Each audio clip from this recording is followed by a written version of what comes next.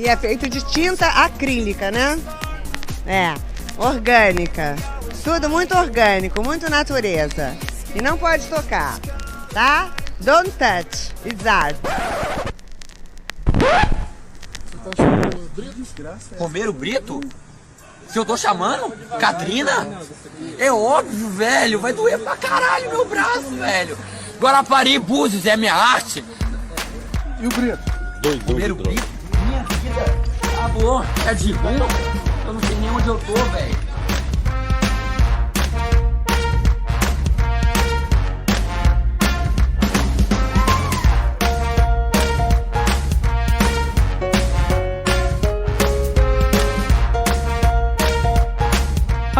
Ok. Aqui é a Lana e esse é o Pataquadas. Pataquada, que significa presepada, palhaçada, tolice, traquinagem, fazer arte. Aqui você fica sabendo das principais notícias do mundinho da arte. Se você chegou aqui agora e não conhecia o Não Pode Tocar, este é um podcast sobre teoria, história, crítica de arte e temas afins. No nosso feed, você encontra, além dos episódios do Pataquadas, os nossos programas de temporada, com ensaios, entrevistas e bate-papo. E o Não Pode Chorar, no qual nós contamos algumas desventuras da vida e pensamos em modos criativos de lidar com elas. Nós estamos presentes em todos os agregadores de podcast e nas plataformas comumente usadas para ouvir músicas, como o Spotify e o Deezer. Você também pode ouvir a gente pelo YouTube ou diretamente no site notamanuscrita.com.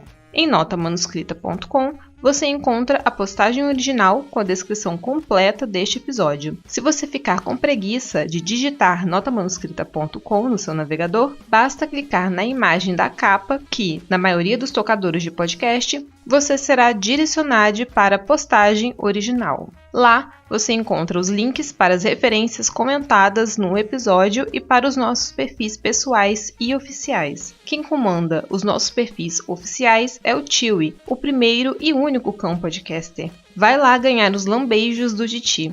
Tanto no Twitter quanto no Instagram, você encontra o Tiwi como @nãopodetocar. Sempre o D de pod no mudo. No finalzinho da postagem, nós deixamos uma chave Pix e o link para o nosso PicPay. Acesse picpay.me/nãopodetocar e considere contribuir financeiramente para a manutenção deste projeto. Qualquer valor será muito bem-vindo. Se não der para contribuir financeiramente, só de nos seguir nas redes e de compartilhar este episódio com outras pessoas, você já nos ajuda e muito. Neste episódio, além da minha voz, você vai ouvir a coluna aberta de Denis Almeida, que falará sobre pedagogia analgésica e o diletantismo escolar. Lembrando que todas as notícias estão linkadas na descrição do episódio. Sem mais delongas, bora lá! Primeiro, as notícias internacionais. Justin! I don't speak English. I don't speak Portuguese. Justin. Justin. Justin. Justin. Justin. Justin.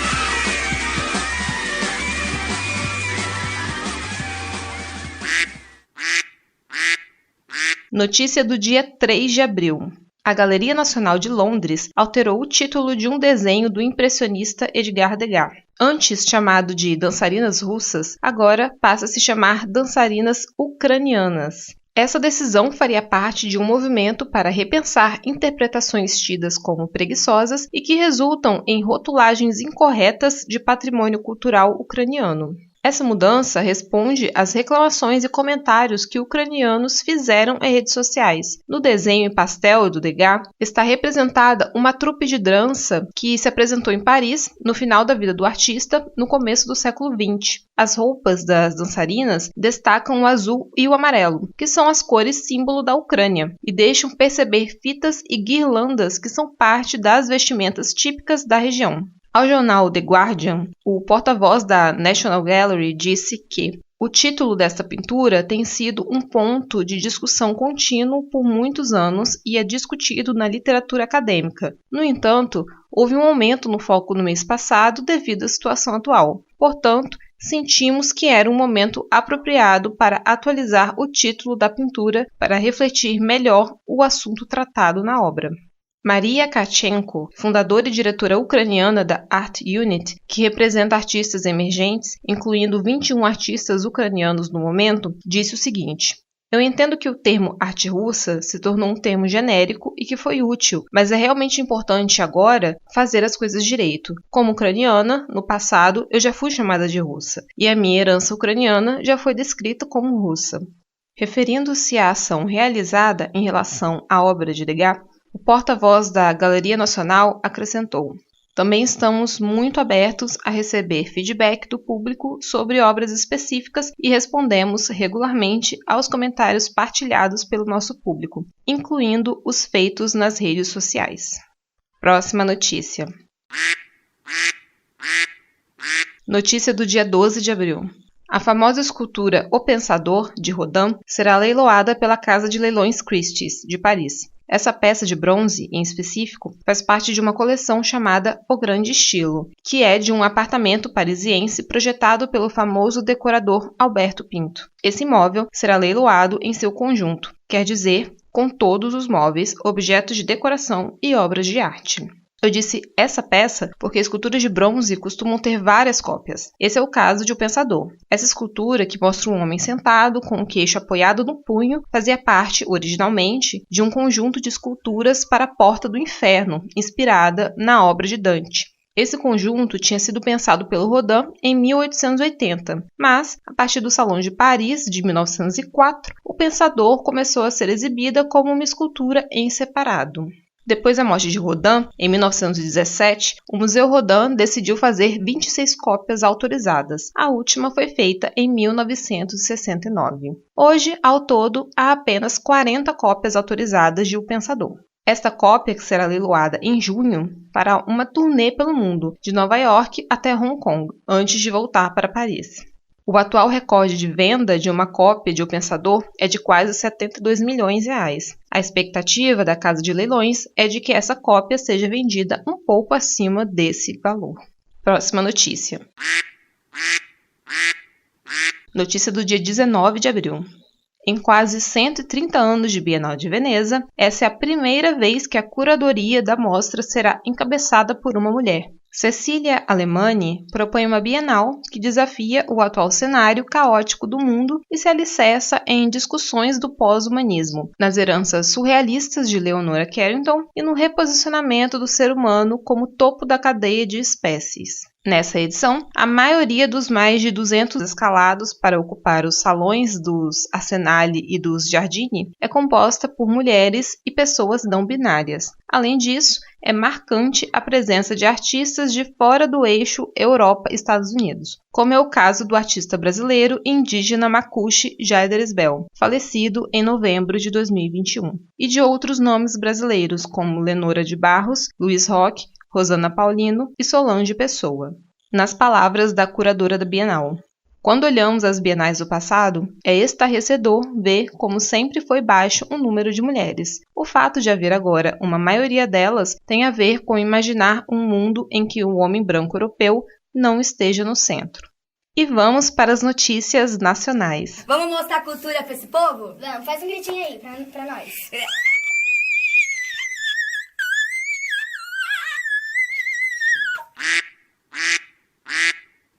Notícia do dia 3 de abril. Pois é, nesse mês a gente perdeu a Lígia Fagundes Telles. A gente nem costuma mais falar sobre as mortes do mês aqui, não sei se vocês repararam nisso. Lá pelos primeiros meses da pandemia, ficou meio complicado manter essa sessão aqui no Pataquadas. Mas nesse caso, a notícia não é a morte da Lígia. Obviamente, todo mundo que faz parte do universo da literatura ou que tiveram alguma relação com os livros dela ficou muito triste e comentou isso publicamente. E um dos comentários que repercutiu bastante foi sobre a idade da escritora. A maioria dos obituários dizia que ela morreu aos 98 anos, mas, aparentemente, ela era um pouquinho mais velha que isso. Ela era 5 anos mais velha do que dizia. Então, a Lígia Fagundes Telles partiu aos 104 anos de idade. Quer dizer, ela completaria 104 anos em 19 de abril. Então, a gente dá uma arredondada.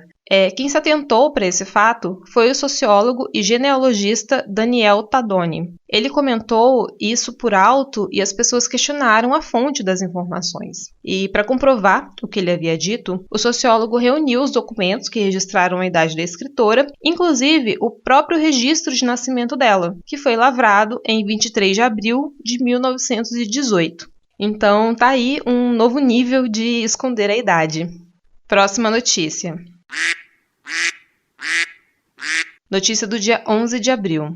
O último Pataquadas teve muitas notícias sobre o mercado da arte, principalmente o mercado estrangeiro, com leilões milionários. Mas aqui no Brasil, o mercado de arte também demonstra que a crise no mundinho da arte nunca é financeira. Isso, ao menos, quando a gente fala do mercado de arte. No começo desse mês de abril, aconteceu a SP Arte, uma das grandes feiras de arte que reúne um amontoado de galerias comerciais e chama a atenção de colecionadores do mundo todo. Feiras de arte se tornaram bem comuns nessa última década, embora não sejam novidade. É nessas grandes feiras que podem ser observadas as tendências do mercado e até mesmo a emergência de artistas contemporâneos. Mas, aqui no Brasil, por enquanto, é bem difícil imaginar um artista emergente batendo os preços de artistas já consagrados ou mortos. Nessa edição da SP Arte, o recorde de preço para a obra de artista viva ficou com a tela Sauna de Adriana Varejão, vendida por R$6 milhões. Acima dela, só obras de modernistas nacionais, como Tarsila e Ismael Neri, ou estrangeiros como Miró. Próxima notícia. Notícia do dia 8 de abril.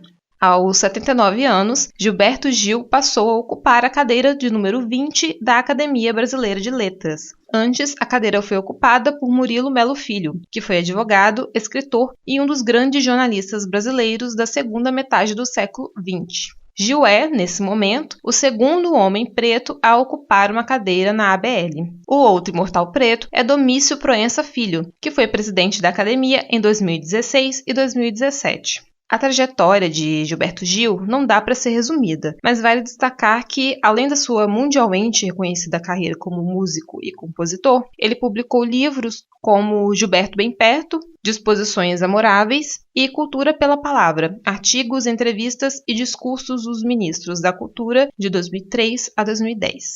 Em 2001, ele foi nomeado embaixador da ONU para Agricultura e Alimentação e foi ministro da Cultura do Brasil, entre 2003 e 2008, durante 2 mandatos do ex-presidente Lula, além de ter ganhado 9 Grammys e ser reconhecido pela Unesco como Artista pela Paz.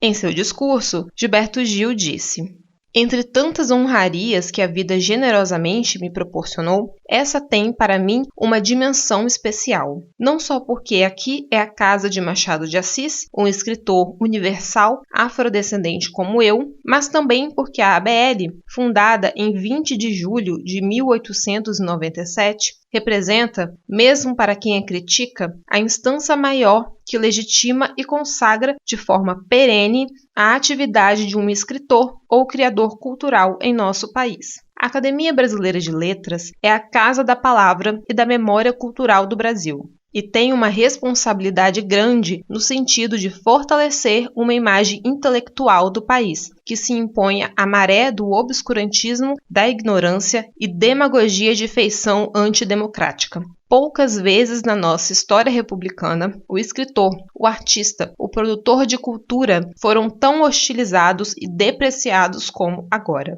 Há uma guerra em prol da desrazão e do conflito ideológico nas redes sociais da internet, e a questão merece a atenção dos nossos educadores e homens públicos. A ABL tem muito a contribuir nesse debate civilizatório, e eu gostaria aqui, efetivamente, de colaborar para o debate em prol da cultura e da justiça. Palmas. Próxima notícia. Notícia do dia 13 de abril. O governador de São Paulo, Rodrigo Garcia, anunciou investimentos de 273,2 milhões de reais para a pasta da cultura, que devem ser divididos em 67 linhas de editais. De acordo com o anúncio da Secretaria de Cultura e Economia Criativa do Estado, vários programas como PROAC, Expresso Editais, PROAC Expresso ICMS, Juntos pela Cultura, Difusão Cultural e Cultura Viva SP serão beneficiados com mais de 11 mil projetos em 400 municípios de São Paulo. O programa de investimento apresenta também uma parceria com o Sebrae para ajudar os proponentes de projetos interessados em se inscrever. A ideia é que os projetos já sejam apresentados com boa estrutura e formatados de acordo com as exigências dos editais. As informações quanto aos programas podem ser consultadas no site cultura.sp.gov.br. Há também disponibilizado aos artistas o programa de capacitação à distância das oficinas culturais. As vagas estão disponíveis no endereço oficinasculturais.org.br, com início previsto para o dia 3 de maio. Próxima notícia. Agora, a gente vai para aquela sequência de pataquadas que envolvem o cenário político nacional. Em 31 de março, o Mário Frias, enfim, deixou a Secretaria Especial de Cultura. Infelizmente, o sujeito deixou o cargo para se candidatar nas próximas eleições. Ele deve se lançar candidato a um cargo de deputado federal pelo estado de São Paulo, pelo Partido Liberal, que é o partido do presidente da República. A gente vai ficar na torcida para que ele seja derrotado e passe vergonha, mas não dá para criar expectativa positiva com mais nada. O Frias ficou à frente da Secretaria de Cultura por 2 anos, não fez absolutamente nada de bom para a política pública cultural e foi sucedido pelo Hélio Ferraz de Oliveira. E quem é esse sujeito? Bom, ele já era secretário adjunto do Mário Frias há mais de 1 ano e o Hélio Ferraz também é advogado dele. Bom, nenhuma surpresa, né? E talvez você reconheça o nome dele, pois foi ele que acompanhou o Mário Frias naquela vexaminosa viagem para Nova York para se reunirem com o lutador de jiu-jitsu Renzo Gracie. Nessa viagem, eles gastaram pelo menos R$78 mil de dinheiro público, pelo visto só para passear. Por enquanto, o Tribunal de Contas da União continua investigando esse caso. E o Hélio Ferraz também apareceu naquele episódio triste em que ele acompanhou a Polícia Federal para pedir as chaves da Cinemateca, quando o governo federal assumiu a instituição em agosto de 2020. Na época, o Hélio ocupava o cargo de secretário nacional do audiovisual substituto.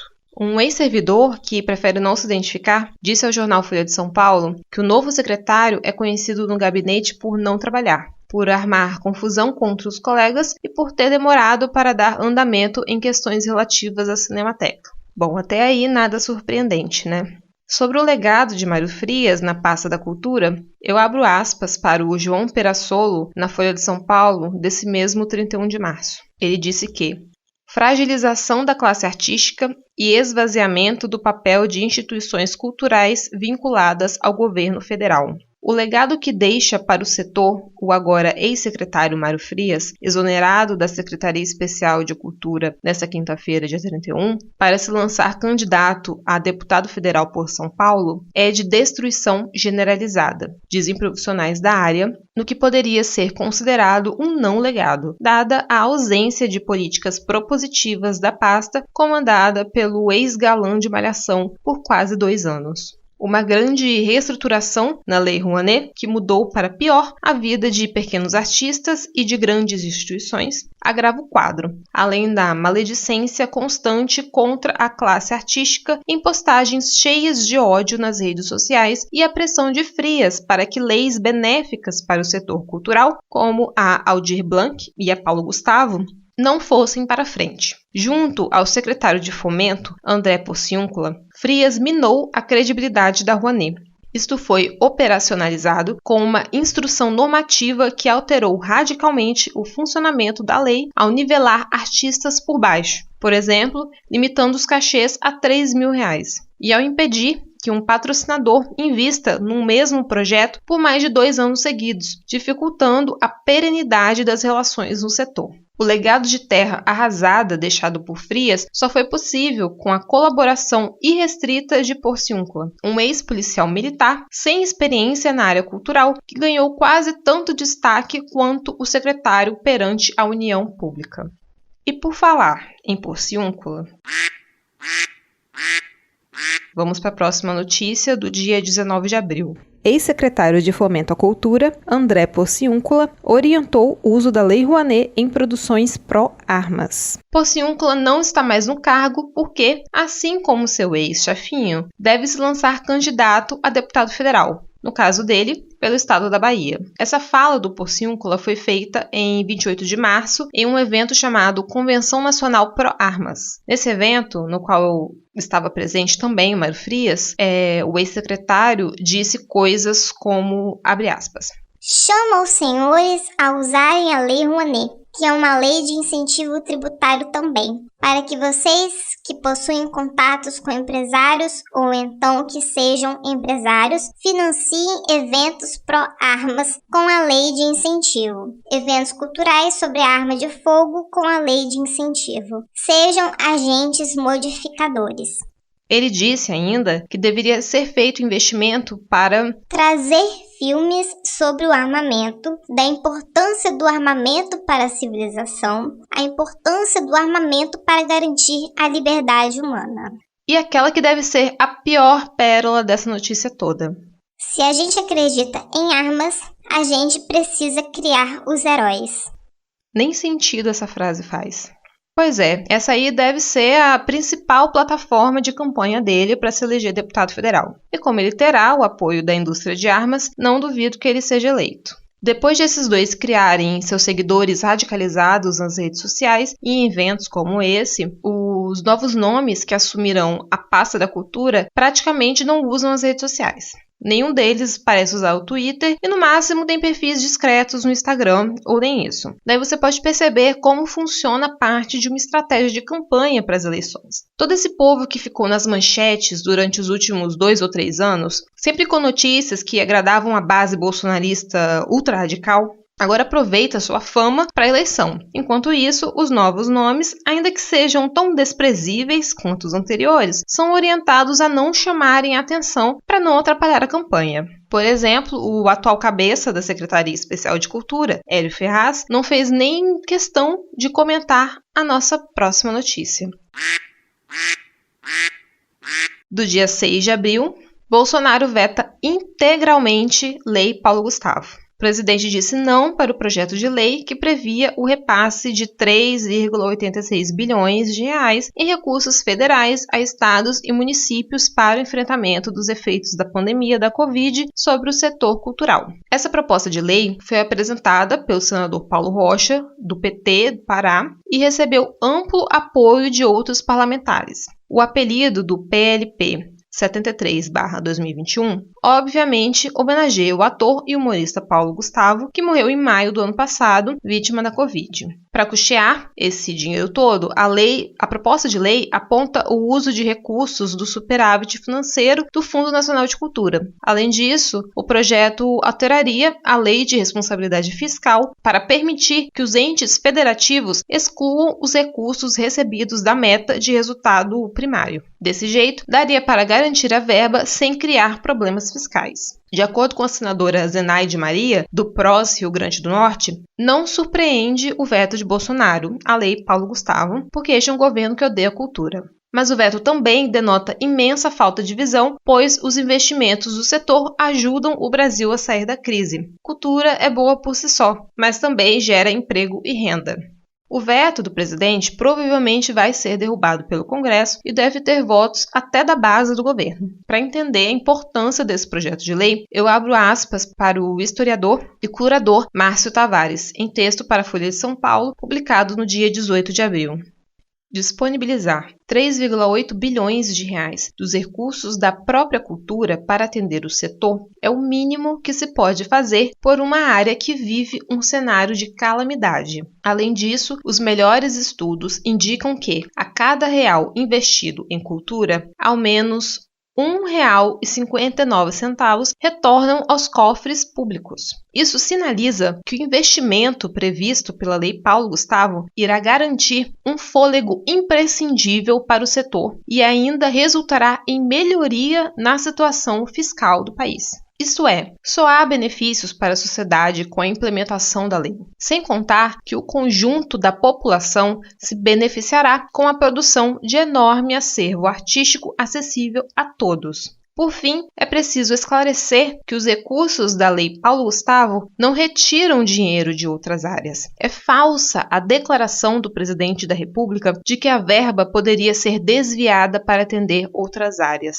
Por lei, os recursos do Fundo Nacional de Cultura só podem ser usados para o próprio setor. Se o veto à lei não for derrubado, apenas o setor financeiro, o único que não está em crise no Brasil, se favorecerá, pois esses recursos seriam contabilizados para a rolagem de juros de dívida. Fique agora com a coluna aberta do Denis Almeida. Então, assim, eu não entrei no programa para ganhar roupa, não entrei nesse programa para ganhar nada. Eu entrei de gaiato no programa e agora eu tô aqui. Bom dia, pessoal. Tudo bem com vocês? Aqui é o Denis Almeida e eu gostaria de falar um pouquinho hoje sobre pedagogia analgésica e o diletantismo escolar. Parece um tema um pouquinho confuso, mas é para ser confuso mesmo.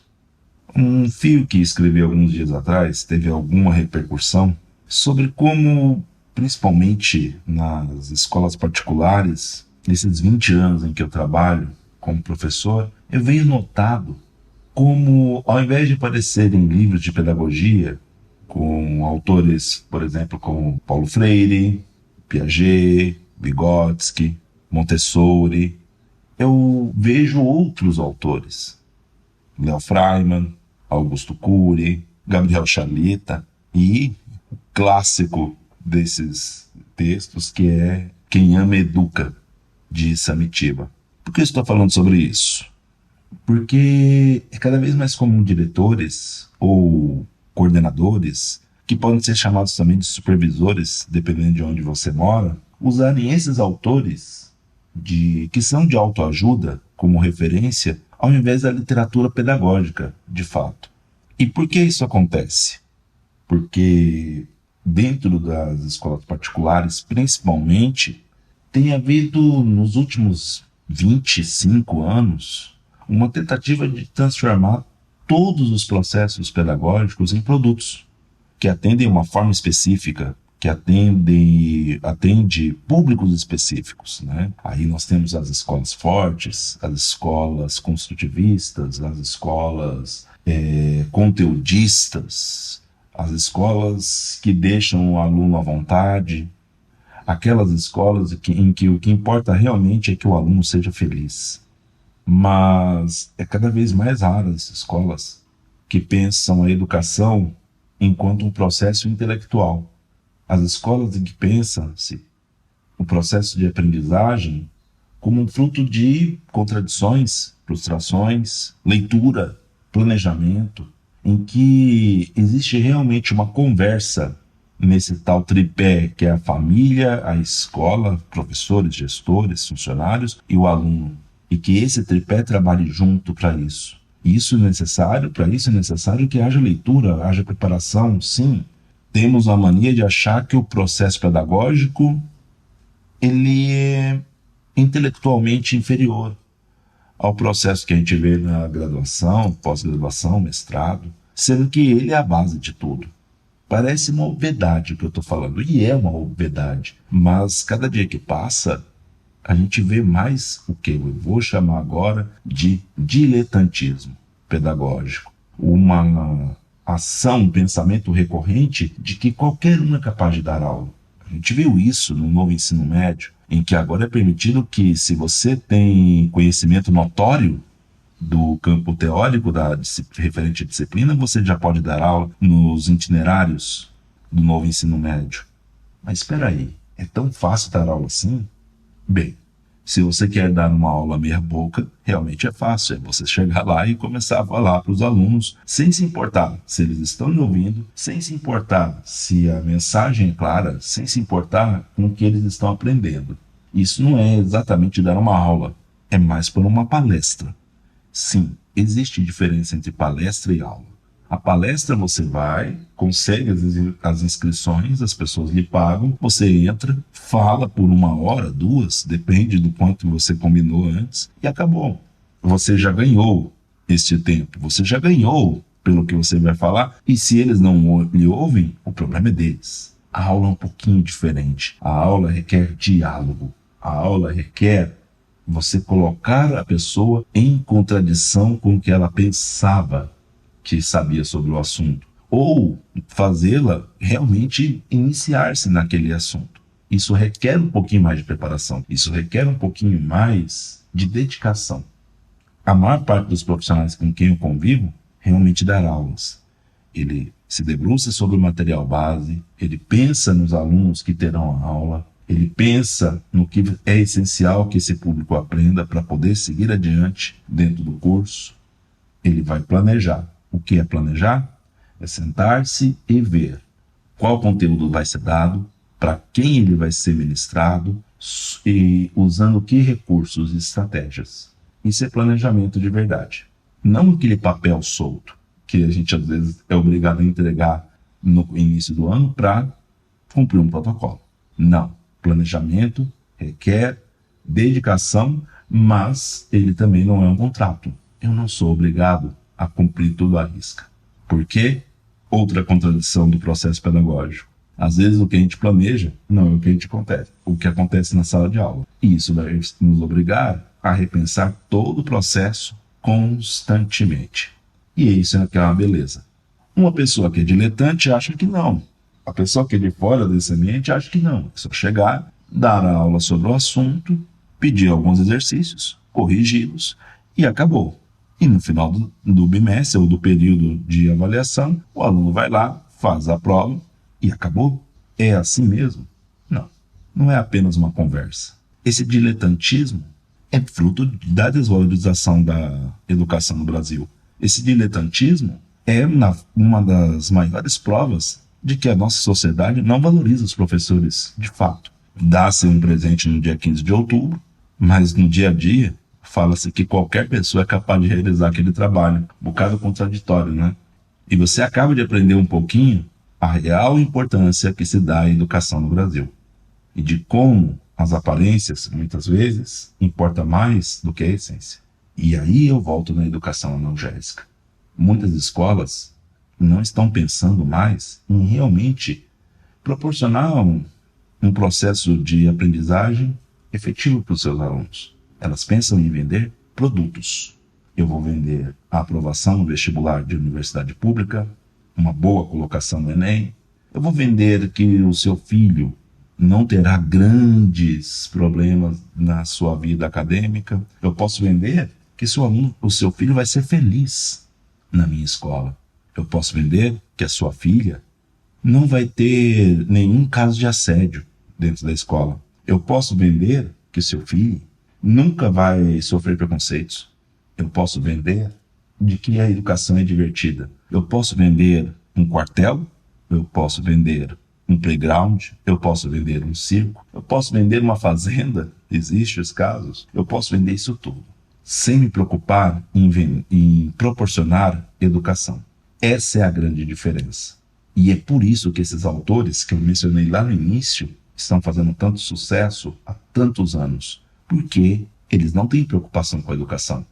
A preocupação deles é, na verdade, em se conformar, em dar forma única, homogeneizada, gentrificada para esse espaço que é vivo justamente por suas contradições. E o primeiro passo para matá-lo é justamente acabar com as contradições, tornando-o inerte, uma estátua que está ali para ser admirada por segundos, mas a maior parte do tempo ignorada, como nós somos sempre. Pois é, crianças, depois dessa fala tão otimista, eu encerro mais uma coluna. Espero que vocês fiquem bem. Se quiserem ver alguma coisa que eu escrevo sobre história, principalmente educação, alguma hora ou outra sobre semiótica, vão lá no Twitter, que é a única rede que eu tenho, no @Denis, com 2 N's, Almeida, tudo junto, hein? 82. Lá eu vou falar sobre gatinhos, educação, história e um pouquinho mais sobre qualquer coisa. Até mais e vejo vocês no mês que vem. Tchau, tchau.